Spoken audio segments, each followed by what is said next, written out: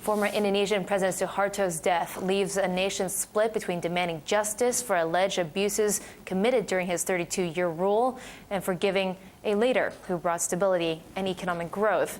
Suharto, who was forced to quit back in 1998, died of multiple organ failure this week. And for more, let's cross over to Singapore, where Bloomberg's Haslinda Min is standing by. Has? Susan, the jury's still out. It's unknown yet how history will view Suharto. While Indonesia was among the 10 fastest growing economies under him, it was also among the most corrupt. Family and friends benefited, gaining businesses from trading clubs through transporting petrochemicals. Now, let's get some insight from Retnawati Abdul Ghani Nab. She's the author of Suharto, The Life and Legacy of Indonesia's Second President, which she says is an authorized biography. Her father, by the way, was a close associate of Suharto. Ibu Wati, thanks for joining us today. Now, Pak Harto spent his final years as a reclusive. What issues preoccupied him and his time? Well, there are two issues that bother him most, I believe, and that is the legacy he wants to leave behind, and then also the ongoing court cases that he was unfortunately unable to settle or to clarify because of his health reason.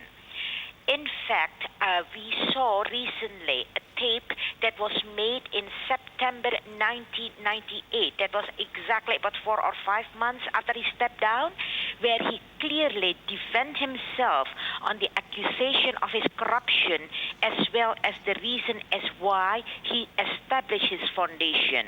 Unfortunately, the same explanation he could not carry it on while he was in court at the end of 1998, because by that time he already has a stroke.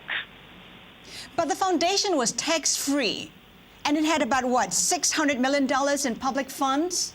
Well, why does he maintain that he's not guilty? Well, the problem is like this. The foundation is based on contribution from both the private sector as well as the, contribution from the state-owned enterprise.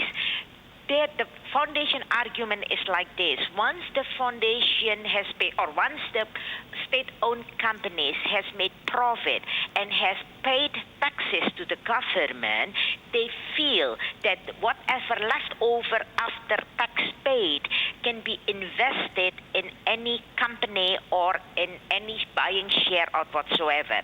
This is what is still also questioned among us. Why didn't, we have to know for sure what is the accusation and what is the article of the association of the foundation called for when it was established in the beginning. And that is not clear. Yes. Was there a sense at all that he felt guilty for some of the wrongs that he did during his rule, including the killings that went on under his rule? Well, not necessarily so. He felt sorry that, there were many people killed, but he stood firm, and I must say I agree with him on this point. At that time, he has no choice. It was not killing on purpose. It was just a situation of amok. And he said, can you imagine if at that time the communists took over and to the contrary, the communists will kill, obviously, all the religious follower, which is much more so than what we have, victims at that time being communists. This is his argument, and I believe in a situation like that, it is very, very difficult to control. Mind you, he was in Jakarta. He was still very much trying his best. Ibu Wati?